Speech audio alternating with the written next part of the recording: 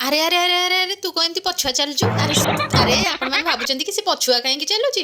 ପଛୁଆ ଚାଲୁନି, ସେ ଗାର ଟାଣୁଥିଲା ରାସ୍ତାରେ, କାହିଁକି ନା କବାଡି ଖେଳ ହବ।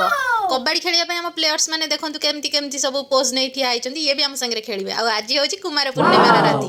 କୁମାର ପୂର୍ଣ୍ଣିମା ପୂର୍ବ ଦିନ ରାତିରେ ଆମେ ଖେଳିବା ପାଇଁ ସବୁ ବସିଥିଲୁ। ମୁଁ କହିଥିଲି ନା ପୂର୍ବ ଭିଡିଓରେ ଆମେ ଆଜି ଖେଳିବୁ ବୋଲି। ଗେହ୍ଲି ମ୍ୟାଡମ ଏଠି ବାହାରି ଗଲେ କବାଡି ଖେଳିବା ପାଇଁ। ଦେଖନ୍ତୁ କେତେ ପୋଜ ନେଇ ସେ ଯାଉଛନ୍ତି। ଆରେ ଭାଇ ଚାଲ, କଣ ଠିଆ ହେଲ? କବାଡି କବାଡି କବାଡି କବାଡି କବାଡି କବାଡି କବାଡି। ସତରେ ଆମର ଏସବୁ ଖେଳ ତ କେବେଠାରୁ ଲୋପ ପାଇଗଲାଣି। କେବଳ ଗାଁ ଗାଉଁଲିରେ କିଛିଟା ଦେଖିବାକୁ ମିଳୁଛି। ଆଉ ଆମେ ଏଠି ଆମ ପରମ୍ପରା ବଜାଇ ରଖିଛୁ।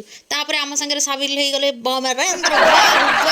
ବମରେନ୍ଦ୍ର ବାହୁବଲି यानी ମିନିଆ ଦେଇ। ତାପରେ ସେ ତାଙ୍କର ନୃତ୍ୟ କାର୍ଯ୍ୟକ୍ରମ ଷ୍ଟାର୍ଟ କରିଦେଲେ, କାହିଁକିନା ଟିକେ ଫୁଲ୍ ମସ୍ତି ହେଉଛି, ବକ୍ସ ଫକ୍ସ ଲଗାଏ।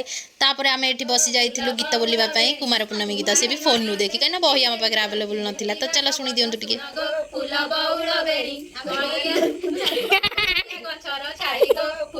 ଫୁଲ ବଉଳ ବେଣୀ ଗୀତ ସରୁ ସରୁ ଆମେ ଲୁଡୁ ଖେଳିବାକୁ ବସି ଯାଇଥିଲୁ ବିନା ଲୁଡୁପାଲିରେ। ଲୁଡୁ ଖେଳ ସାରି ଏଠି ଟିକେ ପୁଚି ଖେଳି ଆମେ ଆମ କାର୍ଯ୍ୟକ୍ରମ ଏଠି ସମାପ୍ତ କଲୁ। ମେହେନ୍ଦି କାହାଣୀ ଶୁଣିବା କାଲି।